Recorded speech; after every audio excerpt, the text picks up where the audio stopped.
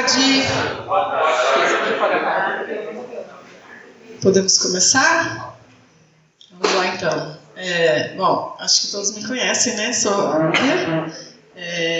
Sou, no momento aqui, então, supervisora de pós-doutorado do Andrei e da Janile, com quem nós teremos aí a nossa parte de SMEM. Eles vão contar um pouco da pesquisa que eles estão desenvolvendo dentro do Centro Brasileiro de Geometria, que é um projeto, né, que eu estou coordenando a parte de fusão. Acho que não preciso falar muito, porque já falei bastante, todo mundo aqui já está até cansado de ouvir falar do CBG, e eles provavelmente vão falar mais um pouquinho, então vou passar aqui a palavra para o Andrei primeiro, é isso?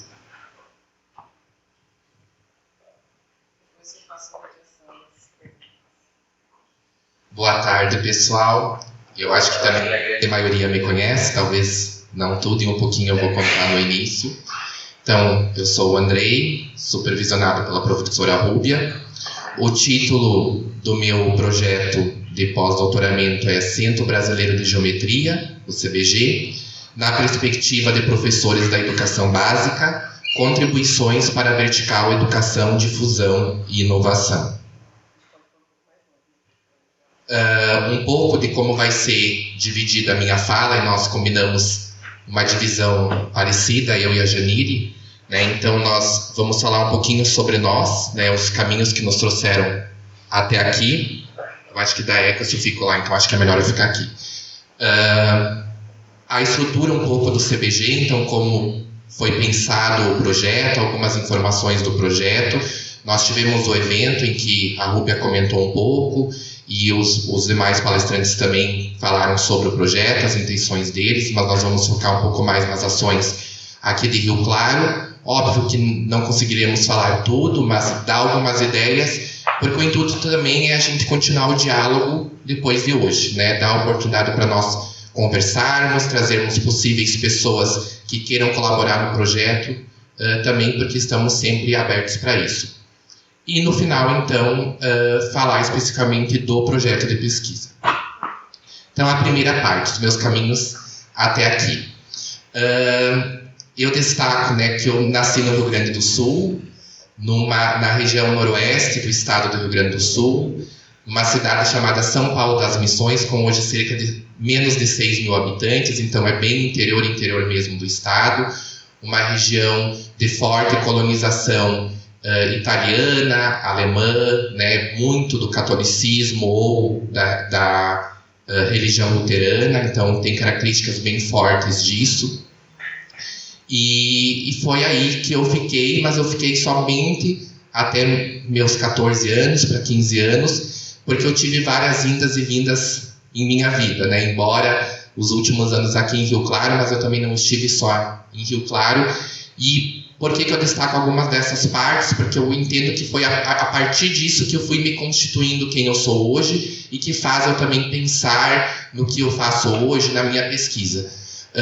Um ponto importante, que também tem relação direta ao projeto que eu proponho, é o meu caminhar entre diferentes temas de pesquisa e eu pensar o próprio que eu quero com a minha pesquisa e o que eu quero pesquisar. E nos últimos anos, eu fiquei muito pensando assim, olha, eu preciso ir para o chão da escola, ou eu preciso ouvir quem está lá no chão da escola, eu preciso ver a realidade, às vezes não fazer uma pesquisa só para a pesquisa, ou pensar numa produção de dados que vai atender somente aquela minha pesquisa temporária, mas ir ver a realidade. Então, muito do meu projeto, ele surge daí.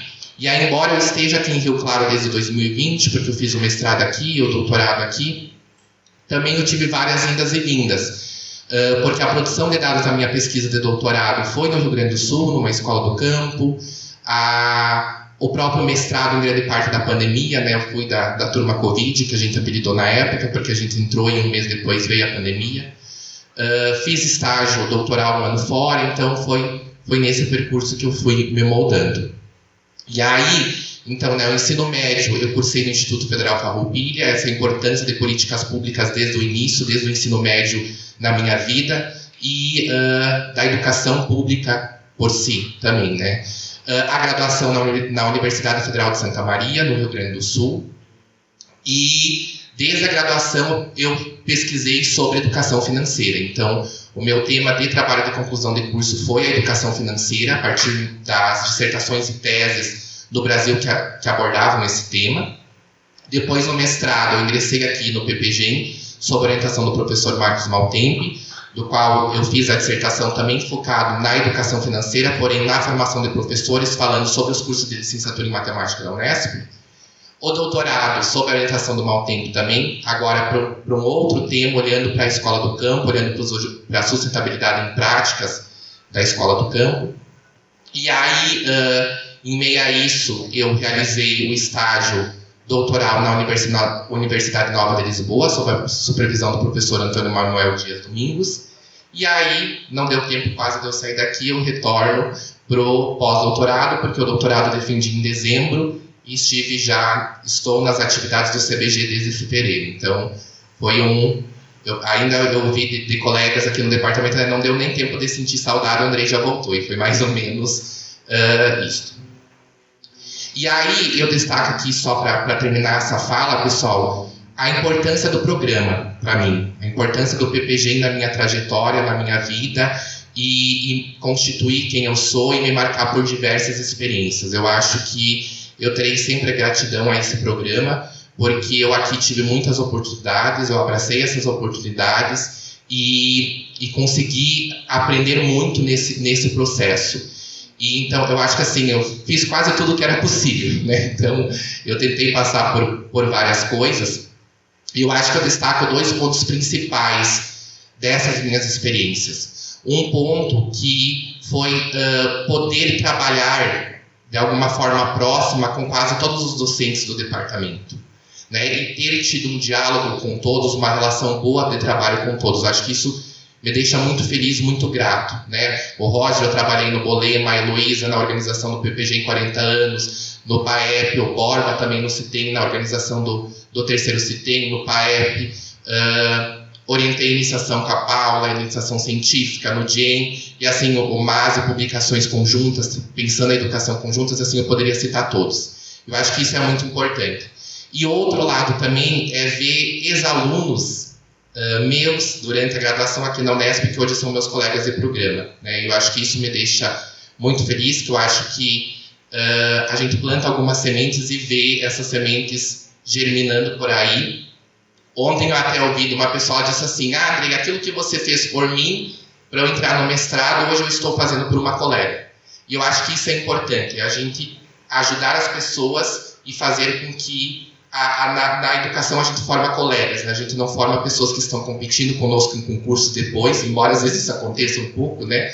Mas é nessa ideia de colegas e de pessoas para estar junto conosco. E aí eu digo também que isso tudo que eu me constituo é por várias frentes, é por várias partes, né? Pelas oportunidades que foram me dadas. E eu aqui preciso mencionar que na minha defesa eu estava para falar isso e eu acabei não falando, né? O Maltempe, ele foi uma pessoa muito essencial no meu mestrado e no meu doutorado em sempre me deixar voar. Eu acho que isso é muito importante. Eu acho que eu consegui fazer tudo isso que eu fiz porque sempre eu estava o Maltempe ao meu lado dizendo sim, vai. Se você se sente confiante, vai. Ele nunca cortou uma asa para mim durante essa trajetória. Então, ele foi muito essencial para eu conseguir fazer tudo isso. Opa! Você consegue falar do você? E aí, claro, as oportunidades, as políticas públicas, a educação pública na minha vida, famílias, amigos, e tudo isso me fizeram eu constituir quem eu sou e quem eu estou aqui hoje. Deixa eu só eles arrumar e eu vou para a parte 2. E aí, enquanto eles vão arrumando, eu acho que eu destaco também assim, um aspecto importante é que quando eu vim para a Unesp, logo no meu segundo mês, eu pude iniciar a dar disciplina aqui como aluno bolsista, que hoje já não tem mais, mas era uma prática que tinha bastante aqui na Unesp. E na época, quem era a chefe do departamento era a Rúbia. E aí eu brinco assim, né, que a Rúbia foi minha primeira chefe de trabalho na vida, e agora no pós-doutorado eu volto para continuar essas experiências, então também é um fator bem importante disso. Bom, pessoal, então vamos para a parte 2, que é comentar um pouco de onde estamos e desse contexto do CBG. Então, como nós falamos um pouco no evento que a gente realizou há 15 dias atrás, né, o CBG ele é uma proposta de um CEPID, que é os Centros financiados pela FAPESP, né, os Centros de Pesquisa, Inovação e Difusão, então o P de Pesquisa, o I de Inovação e o D de Difusão, no qual a professora Rúbia ela é coordenadora de difusão do CBG. E a partir da coordenação que está lotada na Unicamp, sob a responsabilidade do professor Marcos e do professor Henrique, o CBG, as ações dele e a estrutura, foi organizada a partir de 4 verticais temáticas: a geometria diferencial, a geometria algébrica, as aplicações de geometria, e aí então a educação, a difusão e a inovação, que é onde nós estamos inseridos, né? Onde que nós estamos pensando essas ações. E aí, essa vertical de educação, difusão e inovação, ela surge através de parcerias, né, de coordenações. Então, a professora Rúbia, adotada aqui na Unesp como coordenadora de difusão, e a professora Iorico da UFSCar como vice-coordenadora de difusão, o professor Marcelo Filho da Unicamp como coordenador de inovação, e o Leonardo Barrichello da USP como vice-coordenador. E aí, juntando a difusão e a inovação, nós temos esse tripé também que foca na educação. E uma das ações pensadas dentro da difusão é criar esses 9 núcleos, né, os 9 núcleos de difusão pelo Estado de São Paulo. E esses 9 núcleos, eles estarão lotados onde e por quê? Né? Em 6 campi da Unesp. Esses 6 campos foram escolhidos por quê? Porque são os campos que têm o curso de licenciatura em matemática. Então, nesses campos, né, Bauru, Rio Claro, Presidente Prudente, Guaratinguetá, Bauru já falei, Ilha Solteira, isso.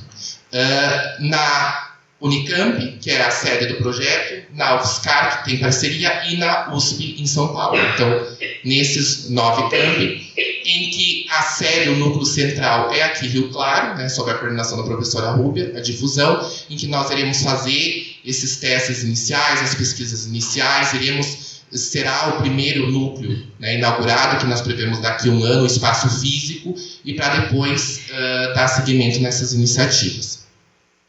E aí nós pensamos as ações de difusão do CBG a partir de 5 projetos, né, 5 eixos principais, assim, 5 temáticas principais de discussão, de pesquisa e de ações. Então, o Fab Lab em ação, como nós fizemos o evento, foi feita uma parceria com o Fab Lab para realizar experimentações lá, e já foi iniciado na sexta-feira da semana retrasada o Open Day Fab Lab. Então, nas sextas à tarde são recebidos estudantes, a comunidade geral também, para realizarem experimentações no Fab Lab, além de outras ações que serão feitas. Quem tiver curiosidade ou interesse, já tem a página no Instagram para se inscrever para o Open Day Fab Lab com mais informações, e vocês podem também divulgar para possíveis interessados. As imersões STEAM na educação básica, então, como projeto, como tem também já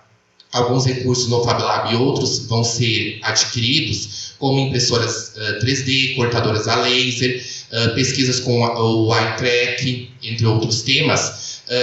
Um dos nossos eixos é trabalhar com a STEAM, que eu vou falar um pouco mais para frente, e ver um pouco dessas ações depois na educação básica, práticas de professores, aulas a partir da abordagem STEAM. Um dos eixos é os recursos táteis para o ensino de geometria, que a Janine vai falar um pouco mais para vocês depois. Outro quarto eixo, os livros didáticos e geometria, que é um tema forte de pesquisa da Rúbia, né? Então, continuar as pesquisas e aprofundar, e, por exemplo, o mestrado da Jade fala um pouco sobre isso. E o quinto, que é a formação de professores em geometria e abordagem STEAM, que é onde a minha pesquisa de pós-doutorado está mais relacionada mais a este eixo. Embora eu entenda também que ela vai acabar abarcando as imersões STEAM na educação básica. Então, está conectando um pouco os dois, mas com mais força na formação de professores. E aí um pouco o que nós temos feito dentro desse contexto, dentro das ações de formação de professores e voltadas a essas práticas STEAM.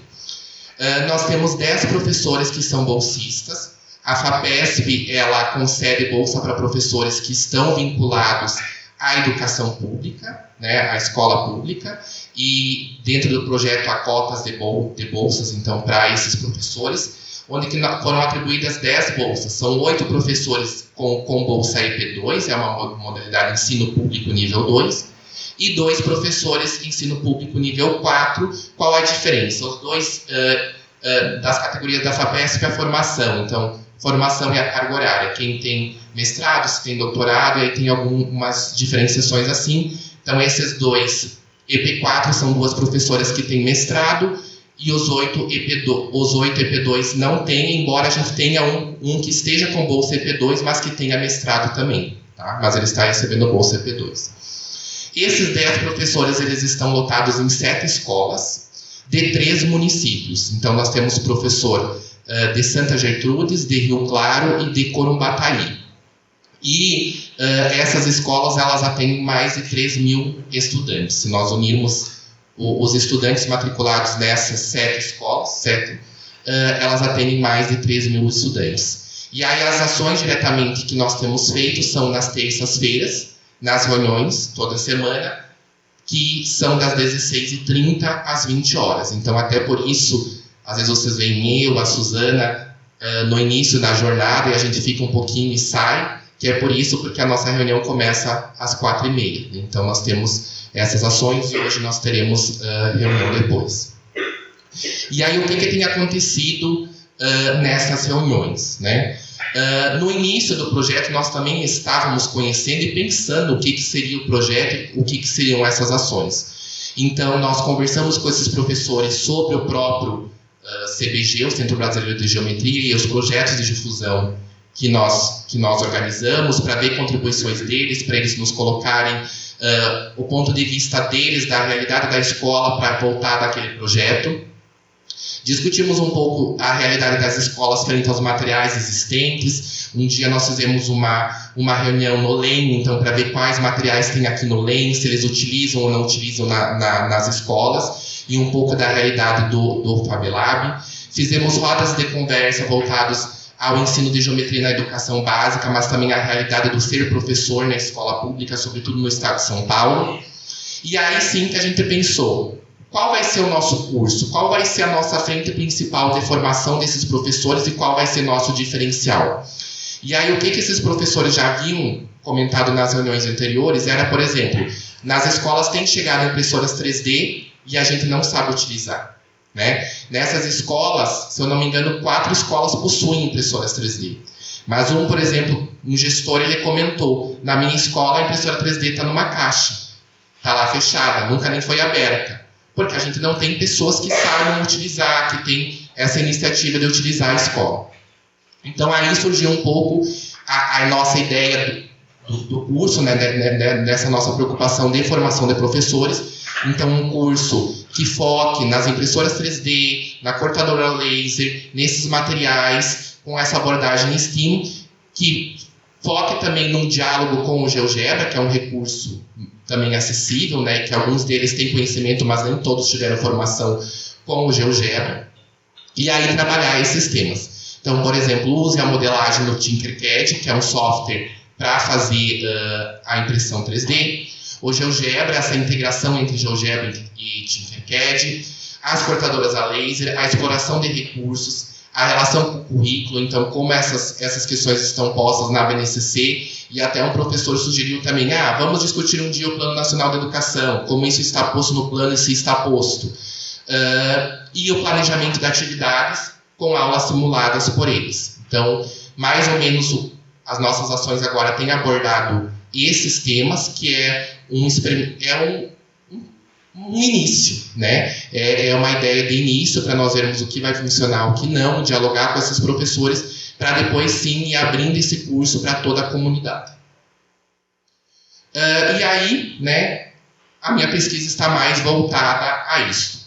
Então, qual a pergunta de pesquisa que está no projeto original, embora eu entenda que na pesquisa qualitativa, né, o referencial ele fala do design emergente, que a pergunta e o objetivo eles podem ir se moldando durante o nosso caminhar de pesquisa. Eu acho que hoje eu já não veria também totalmente essa pergunta e esse objetivo, mas o que está no projeto, né? Quais são as contribuições de professores da educação básica para as atividades e a constituição do Centro Brasileiro de Geometria?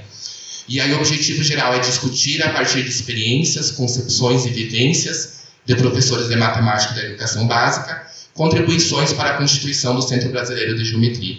Talvez hoje eu veja algo um pouco mais aberto, assim, o que emerge nessas atividades realizadas com os professores, pensando principalmente o ensino de geometria, pensando a STEAM e o que pode vir ainda a ser trabalhado.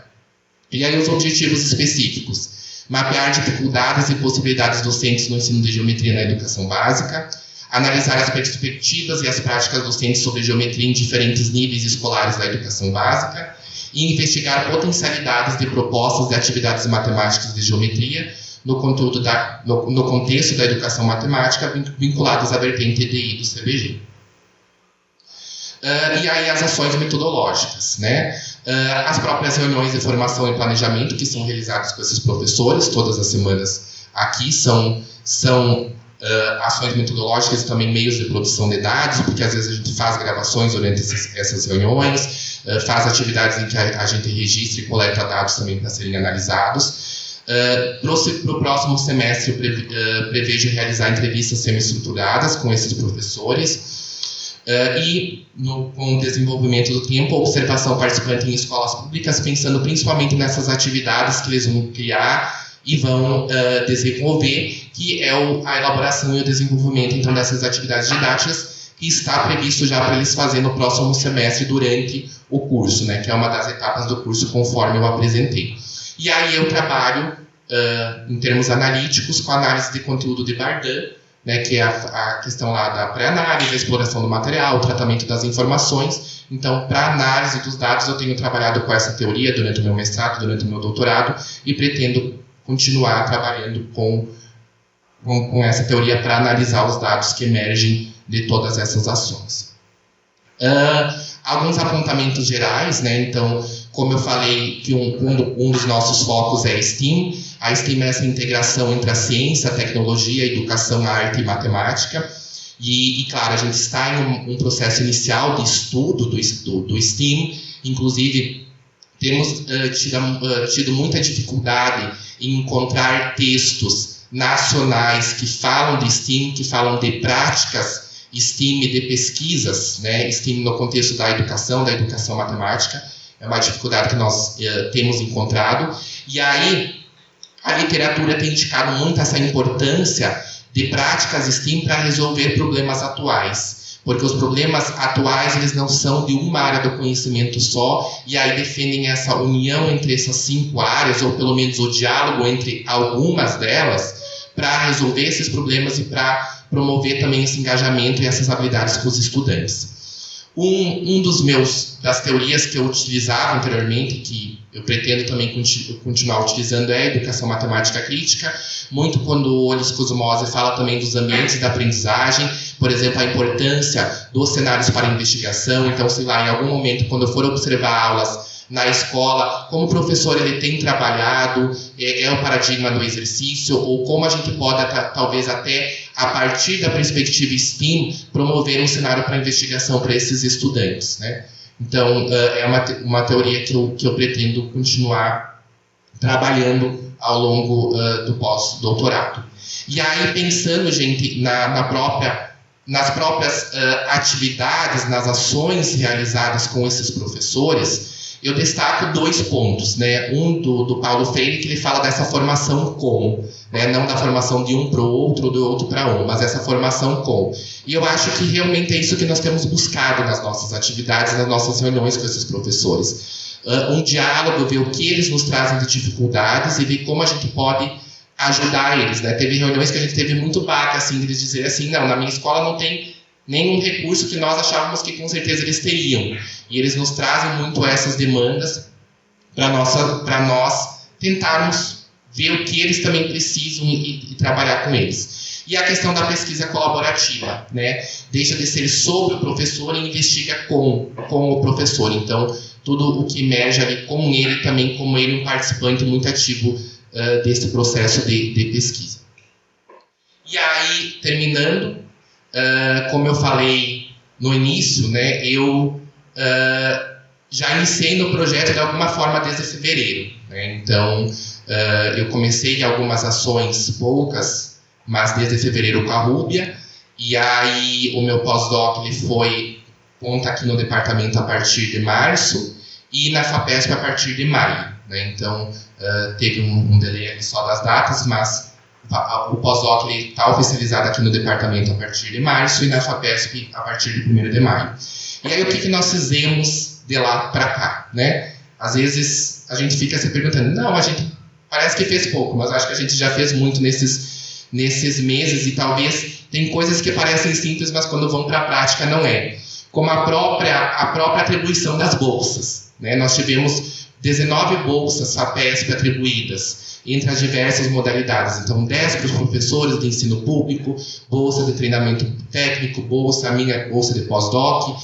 E aí, às vezes, o processo com a FAPESP, embora tenha ali as bolsas BCO, que são as bolsas do projeto, tem várias indas e vindas, tem que auxiliar as pessoas, os professores com dificuldade com o sistema da FAPESP, vem alguma burocracia que volta, alguma pendência. Então, isso também foi em alguns momentos um desgaste que precisou um esforço nosso para conseguir implementar, mas felizmente a gente conseguiu e hoje todas as bolsas estão andando. Essa própria ideia do início do projeto e o que ele seria, né, a partir também da estruturação desses 5 projetos, que surgiu a partir do evento do workshop inaugural que nós participamos em Campinas, do CBG, que foi na mesma semana da atividade inaugural, que acho que até foi comentado na abertura, que a Rúbia não estaria presente por conta de ter tido essa mesma data. E aí nós submetemos um projeto guarda-chuva para o Comitê de Ética em Pesquisa, que está em análise, mas a nossa ideia é aprovar esse projeto guarda-chuva no CEP, e toda a pesquisa que for desenvolvida dentro da difusão do CBG está associada a esse Comitê de Ética. Realizamos o primeiro congresso de EDI do CBG e a inauguração do FabLab Rio Claro, que foi há 15 dias atrás, que nós tivemos mais de 180 inscritos e mais de 130 pessoas que participaram em algum momento do evento.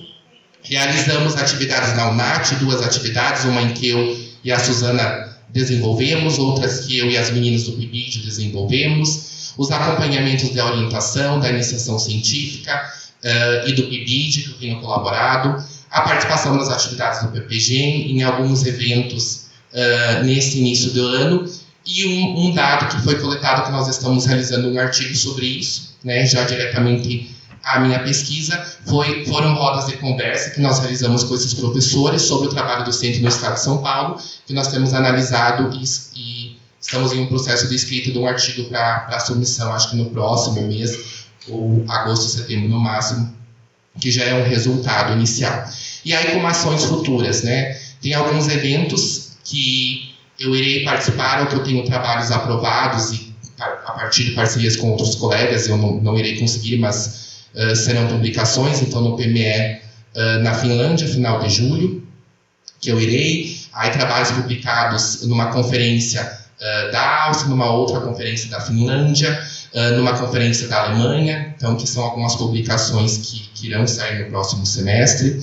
A disciplina que eu irei ministrar em agosto, tópicos especiais em matemática sobre teoria dos números, que estão todos convidados. Quem tiver interesse de cursar a disciplina, puder e quiser conversar sobre, a gente pode conversar. Nós temos realizado, prevista a participação de grande parte da equipe no 3º Fórum do GT2 da SBEM, que o GT2 ele é focado nos anos finais do ensino fundamental e no ensino médio, e terá o fórum em Vitória em setembro. Então, se eu não me engano, são 18 pessoas de toda a equipe do CBG que irão participar deste fórum e da nossa equipe de difusão. As realizações das entrevistas para o próximo semestre e também a possível submissão da proposta do BEP-FAPESP já para um possível estágio no exterior. Seria isso, e agora a Janine dá continuidade.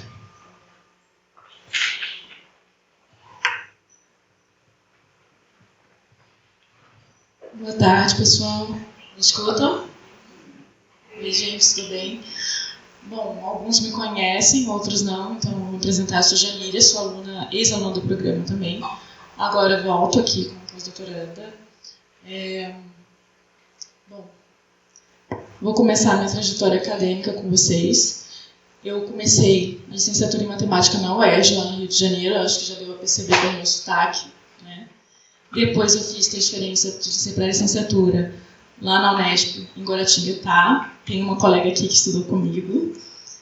Depois eu fui para o mestrado em ensino de ciências em Bauru, ciências e matemática. E quando eu estava lá, em Bauru, eu percebi que eu queria ficar na educação matemática. Então eu comecei a procurar os programas e, obviamente, o de Rio Claro emergiu para mim. E eu vim sob orientação da professora Heloísa e fiz aqui. Comecei o doutorado aqui em 2017, eu precisei parar depois por algumas questões pessoais. Retornei o doutorado numa segunda vez e eu finalizei em 2024. E agora, em 2026, eu sou bolsista com a PESP como TP5. Eu não tenho a bolsa do pós-doutorado, mas eu já credenciei o meu projeto junto à Unesp para poder dar seguimento no pós-doutorado. Sem bolsa, mas com outra bolsa, com outra ação, né? Outro tipo de trabalho. Então, eu estou vinculada ao CBG hoje, sob supervisão da Rúbia, e fazendo pós-doutorado junto da Unesp. Bom, sobre isso, eu ainda vou falar um pouco mais sobre o projeto, como que ele vai ser desenvolvido, mas eu gostaria de falar para vocês também um pouco da minha trajetória pessoal em relação ao trabalho, porque eu vim para cá, eu fiz bastante coisa nessa minha vida, mas eu fiquei 8 anos fora da vida acadêmica e eu estou voltando agora. Então, logo quando comecei a faculdade, já comecei a dar aula. Vocês sabem bem que a gente começa a pegar sala de aula, né? Começa a trabalhar como professor. Então, já dei aula tanto na educação básica, para vestibular, também, né, como aula particular. Depois eu continuei como mediadora da Univesp. Acho que muitos já passaram como mediadores aqui na Univesp. Fui professora de Cálculo 2 também, na Unisal. E depois, professora de tendências em educação matemática numa universidade particular em Curitiba. E nesse mesmo tempo eu também estava como editora e autora de livros didáticos em Curitiba, em 2 editoras diferentes que eu trabalhei e algumas outras como freelance. E eu fiquei até agora trabalhando como editora, autora, tanto de materiais didáticos de matemática, do educação infantil até EJA, trabalhei também com educação financeira. É um outro mundo, é uma outra referência trabalhar com didático. E apesar de gostar muito do que eu estava fazendo, eu sentia falta disso aqui, de vir para a área acadêmica, de voltar a trabalhar com educação matemática, de publicar, de estar envolvida com vocês. Então eu vim e eu falei assim, bom, vou voltar. Como que eu vou voltar? Apareceu a oportunidade, prestei o processo e estou aqui de novo para trabalhar com vocês. Bom, dito isso, eu vou falar um pouco do meu projeto. Eu não vou me aprofundar mais no CBG, como o Andrei fez, porque acho que seria as informações. Mas vou falar um pouco sobre os recursos táteis para o ensino de geometria, que é um projeto grandioso do CBG. É um projeto que vem com a ideia de atender em larga escala algumas necessidades da educação básica no Brasil. Então, qual seria a pergunta? Em que medida a produção e utilização de materiais didáticos táteis desenvolvidos por meio de fabricação digital e mecânica contribuem para a aprendizagem de conceitos de matemática, especialmente de geometria, por estudantes com deficiência visual? Essa pergunta é bem ampla, e apesar de a gente estar falando dos estudantes com deficiência visual, a gente já conseguiu entender que esse projeto ele tem potencial para se ampliar, né? Não só necessariamente os estudantes com deficiência visual, mas com questões outras que podem vir a se beneficiar desses materiais. Existem, a minha pesquisa está bem no início. Eu comecei o pós-doc aqui, na verdade, a Bolsa FAPESP em maio, e o pós-doc agora, acabei de começar. Então eu estou pesquisando, estou fazendo toda a parte de referencial teórico, estudando, para entender o que foi feito no Brasil, o que está sendo feito. E aí, são muitos estudos, tem muita coisa feita, gente daqui, inclusive, já fez esse tipo de trabalho. Mas qual seria o diferencial dessa proposta? O que seria o diferencial? A gente vai tentar reduzir o custo desses materiais para que eles possam alcançar mais escolas, mais municípios, quem sabe o Estado. Então, como objetivo, desenvolver os kits táticos para o ensino de geometria, validar esses materiais com estudantes com deficiência visual, realizar pilotos em escolas públicas, formar professores para o uso desses kits em práticas inclusivas e aperfeiçoar os materiais para a futura produção e distribuição. Eu entendo que o meu ponto aqui de pós-doc talvez nem consiga abarcar todos esses objetivos desse projeto, porque ele é um projeto muito grande. Mas eu fico feliz de estar iniciando esse processo, de estar começando com um pezinho nesse projeto que é tão grande para a produção de recursos táteis, né, no ensino de geometria. Bom, no primeiro momento, a gente vai fazer um diagnóstico, né, estudando quais são as necessidades, quais são os conteúdos que podem ser produzidos. E esse diagnóstico eu não estou fazendo sozinha. Tem uma aluna de iniciação científica, Kate, que ela está me apoiando. O trabalho dela, a gente tem conversado bastante. Ela está me ajudando tanto a entender dentro da escola, porque ela está lá dentro também, ela acabou de sair da sala de aula, entender o que está faltando, o que está precisando. A gente está conversando bastante. Esse é o nosso início, a gente está fazendo um diagnóstico. A partir desse diagnóstico, nós vamos começar a elaborar pilotos, como protótipos impressos nas impressoras 3D, usando o Fab Lab do CBG e o CBG. E depois que esses protótipos estiverem prontos, eles vão passar por um momento de validação.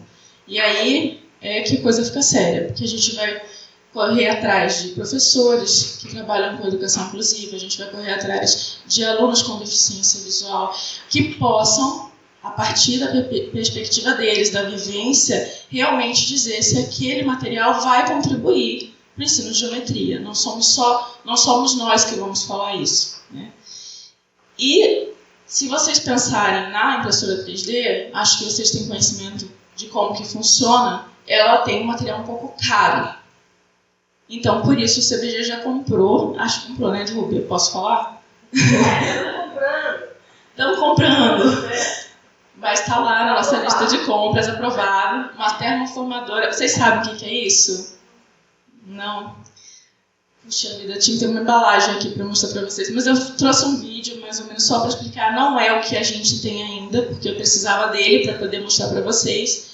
Mas, basicamente, a gente vai conseguir fazer os moldes na 3D e aí, depois, fazer uma versão mais barata, com um recurso mais barato. Bem mais barato. As folhas estão em torno de R$1,20, né? Enquanto um filamento de 3D é bem mais caro que isso, né? Então, hoje, a gente tem a ideia de fazer esse diagnóstico, fazer a validação com os estudantes e com professores, fazer a formação de professores, porque não adianta só a gente elaborar os kits, distribuir kits e ficar lá na escola, assim como, por exemplo, a própria impressora 3D. E aplicação piloto nessas escolas parceiras. A ideia é que a gente tenha, durante todo esse processo, né, como registrar, catalogar, produzir dados para depois produzir os relatórios e fazer uma análise sobre isso, né? Aliás, é um projeto também de pós-doutorado. Embora, acredito que o meu papel aqui seja conseguir, pelo menos, que a gente tenha a formação desses professores de como utilizar esses materiais. Ações do projeto até o momento. Levantamento bibliográfico em conjunto com a bolsista de C, a Kate.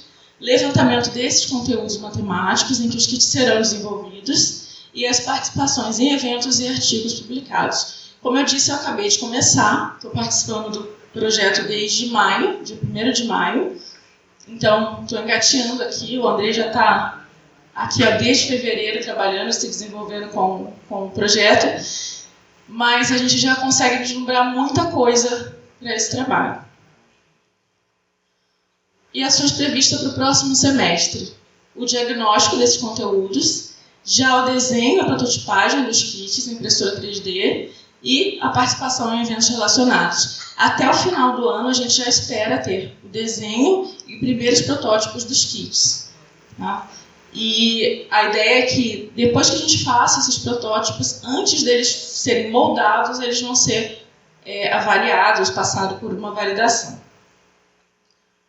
Bom, o protótipo será desenvolvido em impressora 3D, já está disponível lá no Fab Lab. Após a prototipagem, o material será validado por estudantes. A validação vai permitir que a gente observe a acessibilidade, a usabilidade, o potencial desse material. Depois da contribuição, o protótipo vai ser aprimorado, novas possibilidades de design poderão ser incorporadas e, após os ajustes, o protótipo será utilizado como matriz para a produção em termoformadora. Bom, a ideia é essa, é que a gente tenha kits de menor custo que possam ser distribuídos. Eu trouxe para vocês um exemplo. A impressora, a gente já tem a impressora 3D lá no Fab Lab, e a termoformadora, ela faz esse... Está dando para vocês entenderem o que aconteceu ali? Vocês põem uma folha a partir de um molde, né? E ela vai ficar naquele formato. Deixa eu ver se dá para dar play de novo. Acho que dá para Olha só. É porque a gente não tem uma ainda para mostrar para vocês, tá? Mas então, a ideia é que a gente consiga elaborar kits. Eles são estáticos, né? Não são kits móveis, eles não vão ser. Mas a gente pode estar pensando em diversos conteúdos, né? A ideia é olhar para o currículo, conseguir ajudar esses professores a terem essa percepção do trabalho inclusivo. A gente está olhando também para o design universal da aprendizagem. A gente está olhando para a ideia de que não só alunos com deficiência visual vão ser beneficiados por esse material, mas também alunos videntes, que às vezes também se conseguem aprender melhor com o recurso concreto. A gente já tem tanta dificuldade de abstração da matemática, então a gente pode fazer isso de um jeito melhor. É esse projeto que a gente está fazendo hoje no CDG e que eu estou começando agora. Acho que é isso, gente. Obrigada.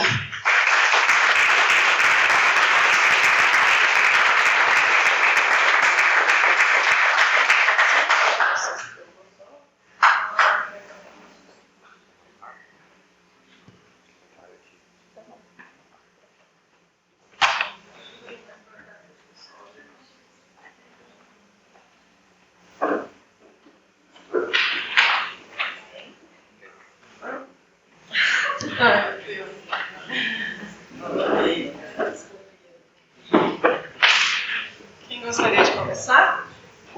Vamos lá, Gabriel. Acho que está gravando. Bom, boa tarde. Parabéns, né? Não só para vocês dois, para vocês três, né? Envolvidos aí. Desejamos boa sorte aí, tanto no projeto quanto as propostas do centro e tudo mais, né? Obrigado por vocês estarem compartilhando aí nesse espaço com a gente. Eu queria perguntar o seguinte: quais são as diferenças, assim, que vocês veem do pós-doutorado para o mestrado e doutorado? Pergunto porque de fato não sei, entendeu? Então eu queria saber, assim, as obrigações que a gente tem, qualificação, defesa, o tipo de produção final. É uma tese, é capítulos? Eu já vi, assim, nos corredores o pessoal falar relatório de pós-doutorado, então essa produção final, o que vocês acabam desenvolvendo? A diferença para uma supervisão, para uma orientação, né? Que muda o nome. Então eu queria saber todas essas partes aí, do que a gente passa e o que vocês estão passando agora, se vocês puderem estar comentando para formar essa ideia melhor, né? O que é o pós-doutorado aí.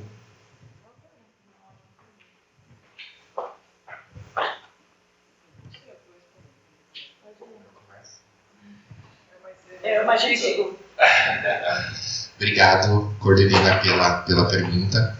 Eu acho que primeiro vai depender o contexto em que você está falando e está fazendo esse pós-doutorado, né?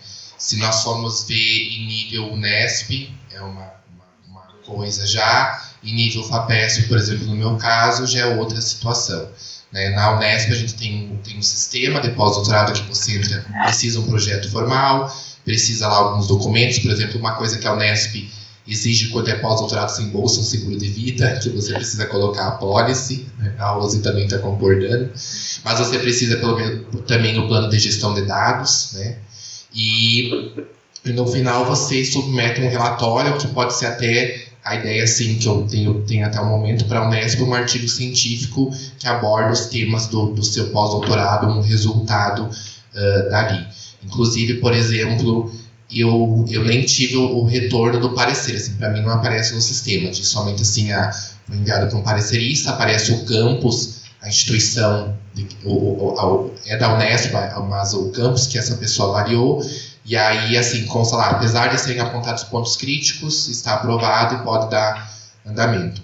Agora, se a gente fala, por exemplo, da FAPESP, no pós-doutorado, a FAPESP tem exigências para isso, né?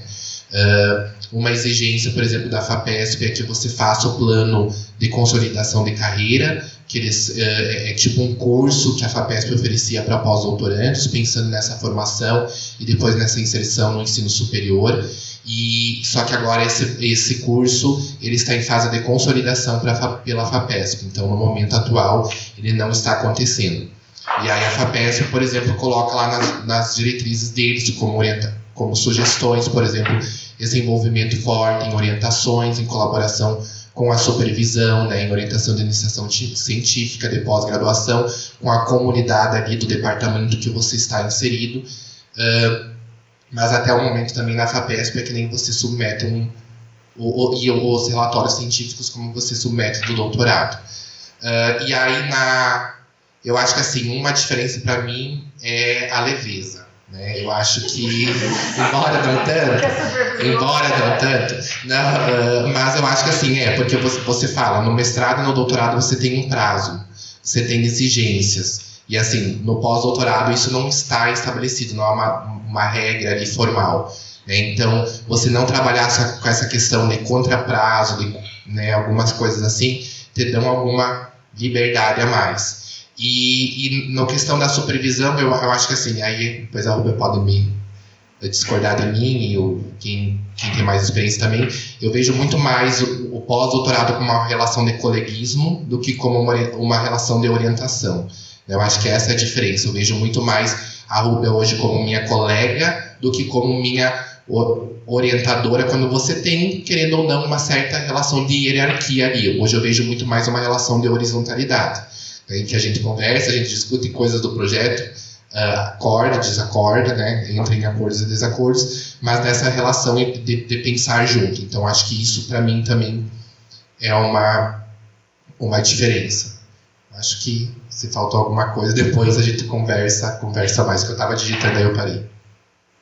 Não, quero só observar que, de fato, tem diferentes tipos de pós-doutorado, talvez, né? Assim, por exemplo, o Fábio Simas, que passou comigo aí o último ano, a maioria das pessoas aqui conheceu ele também, né?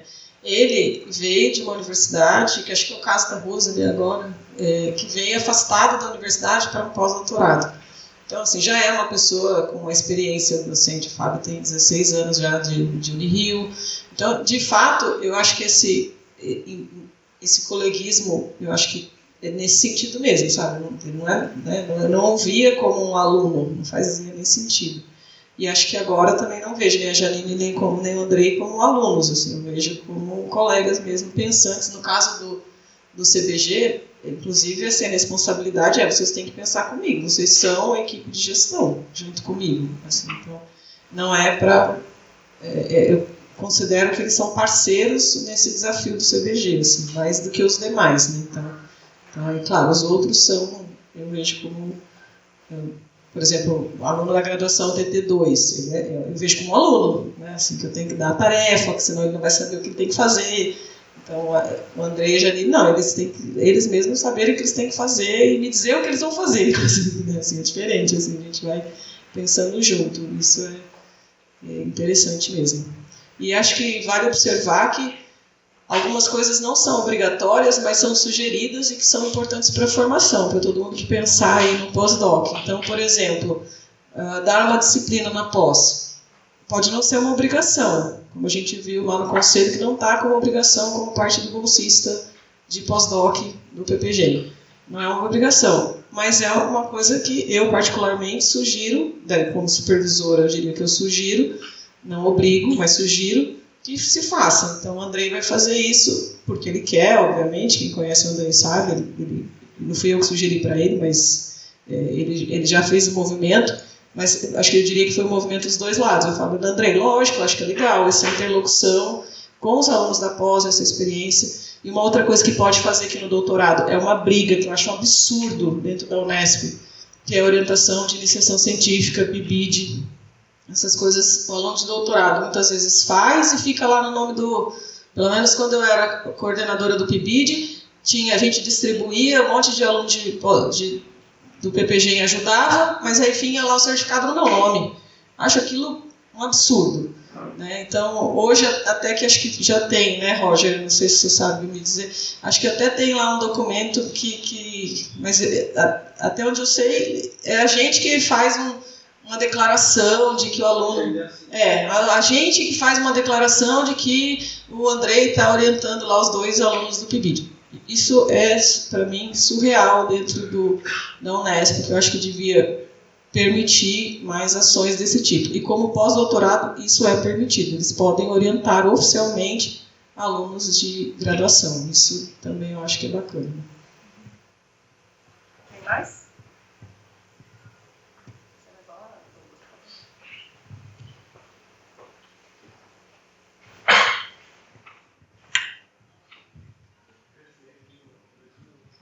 Boa tarde, né? Parabéns pelo projeto, nossa, incrível mesmo.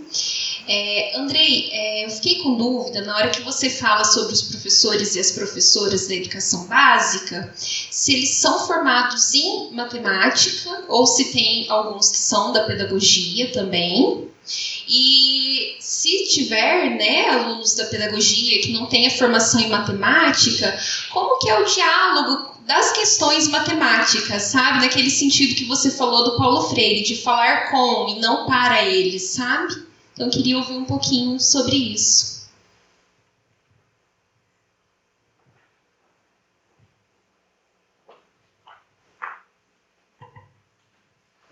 Tamires, não. Todos os professores eles têm formação em matemática. Embora alguns deles tenham outras formações também. Por exemplo, não foi a matemática a primeira graduação. Nós temos o caso do professor que a primeira graduação dele foi Ciências da Computação e ele fez matemática depois passou no concurso do Estado de São Paulo. Então, todos têm essa parte da pedagogia, por exemplo, do trabalhar com professores que ensinam matemática, né, que nós poderíamos falar, a gente ainda não pensou totalmente. E aí um pouco esse diálogo sobre as questões matemáticas que você colocou, eu acho que é um ponto importante, de que assim, eu não tenho respostas para te dizer, mas eu posso dizer assim, que é uma preocupação que a gente tem e a gente discute, que é essa questão de como nós vamos aliar as atividades que nós iremos desenvolver com o próprio ensino de matemática, o ensino dos conceitos, dos conteúdos matemáticos, né? Eu não sei te responder isso hoje, mas é uma preocupação que a gente tem e tem pensado, né? O objeto que eu faço é impressão 3D, né? Eu vou fazer essa modelagem no software, no Tinkercad, por exemplo. Nesse processo de modelagem, o que eu vou fazer, o que eu vou explorar para que eu consiga, de alguma forma, trazer o conceito matemático nesse processo, e aí depois esse objeto ele vai ser entendido como um objeto, como um produto pronto, ou o que eu consigo também de trabalhar de conceitos a partir daquele produto que eu tenho da impressora, né? É uma preocupação que a gente está pensando. E aí, só complementando da sua pergunta sobre os professores, um ponto curioso e que eu acho que é importante também, assim, é que nós temos gestores também, tá? Eles têm a formação em matemática, mas hoje ele não está em sala de aula, ele está como diretor, né? Nós temos dois diretores e dois coordenadores, né? Então, isso é muito rico, sabe? Isso é muito rico, porque a gente pensa assim, tá, como que nós vamos fazer talvez depois no espaço interativo para trazer os alunos para a universidade. Aí já tem lá o gestor que fala assim, ó, em termos burocráticos, é isso, sabe? Já sabe tudo. Né? Então acaba vindo essa parte de agregar de várias frentes, porque tem o lado do gestor, de saber sobre isso que os professores não sabem, aí às vezes até em concordâncias e discordâncias da própria gestão da escola, de como se dá isso, que eu acho que tem nos agregado bastante.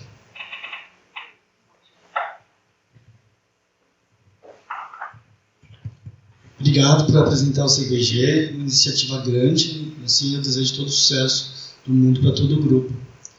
É mais um comentário, uma sugestão, mais especificamente para essa proposta que veio. Eu vou falar da Janile, mas sei que tem todo um grupo junto, tá? Tem o IBC no Rio de Janeiro, que tem trabalhado há décadas, e eu acho que às vezes ele tem uma distância entre academias, pesquisas e esses centros. E eu acho que seriam incríveis assim, para ter uma parceria com vocês. Eu tive a oportunidade de estar lá um grupo de alunos, a gente fez uma excursão para o Rio pela vez lá, há alguns anos, e eles fazem coisas muito importantes lá. Enfim, fica só a sugestão de, se ainda não estabeleceram, pensar nessa parceria, porque eu acho que tem uma potência muito grande de políticas públicas. Às vezes as coisas ficam meio localizadas e distantes, e juntos podem ser mais potentes. Isso.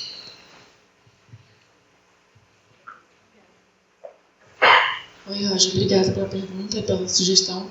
Na verdade, já ando pesquisando, falei com a professora dessa visita que a gente precisa acontecer, precisa ter esse diálogo, precisamos conversar, ver o que eles estão fazendo também, porque, como eu disse, já não é uma iniciativa,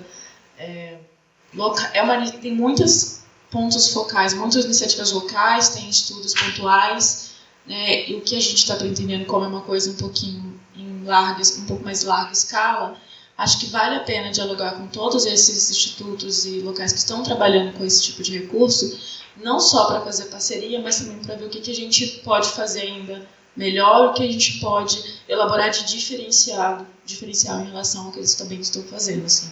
E também, obviamente, dialogar, trocar ideia, trocar experiência, né, para poder agregar o projeto. Então, já está no nosso radar, sim. Obrigada. Eu acho que lá, quando eu fui, Roger, não sei se quando você foi, você teve essa impressão, mas aquela parte lá do fundo que eles têm uma coisa enorme, um espaço, sei lá, 3 vezes o tamanho dessa sala, para impressão braille.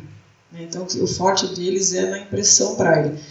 Eu não me lembro de ter visto também, na época eu não estava com esse olhar, né? Mas assim, essa coisa da termoformadora, ela não é uma coisa que a gente tem achado em muitos lugares. Então, acho que esse, de fato, talvez seja o nosso diferencial e a gente está pensando nisso, sim, que tem que conversar, assim, porque a gente não sabe depois o que fazer com essa distribuição, né? Com essa ampliação, como é que nós vamos fazer isso, porque a gente tem essa pretensão de atingir, não, claro, mas de que seja um material para deficiente visual no Brasil inteiro. Na verdade, essa é a meta dos 11 anos, tem que chegar no Brasil inteiro, essa é a meta. Então, nos 5 primeiros anos, eu diria que o projeto começa com 5, eu diria que é no Estado. Mas a gente tem até o Marcelo Firer, que fez a fala aqui na inauguração, ele é articulado, ele já vai ter uma reunião agora com o secretário da Prefeitura de São Paulo. Então, ele vai levar para ver se a gente consegue, imagina, se a gente conseguisse colocar na Prefeitura de São Paulo essas kits, já seria assim um piloto gigante, né, para a gente ter de feedback. Então, para chegar, e aí um parceiro, imagina também um instituto desse testando o nosso material. Seria assim, então a gente tem essa pretensão, para aprender mesmo, né, porque a gente está gatinhando no assunto.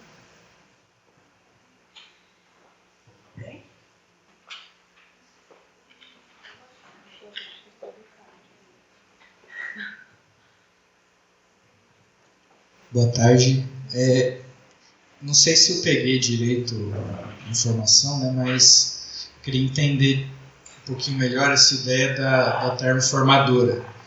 Porque fui pensando assim, se o molde for feito com a impressora 3D, ele vai ser de plástico. Né? E aí você colocar uma coisa de plástico na termoformadora para usar como molde, talvez, não sei se tem uma etapa a mais aí.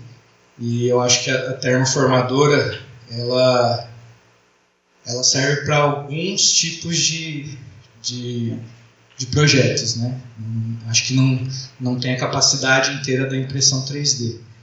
E aí eu queria sugerir também que fosse visto, tem alguns projetos de reaproveitamento de garrafa PET, de outros materiais plásticos para fazer o filamento. Então não sei se isso é uma ideia que vocês investigaram. Seremos um polo de reciclagem do plástico. Legal.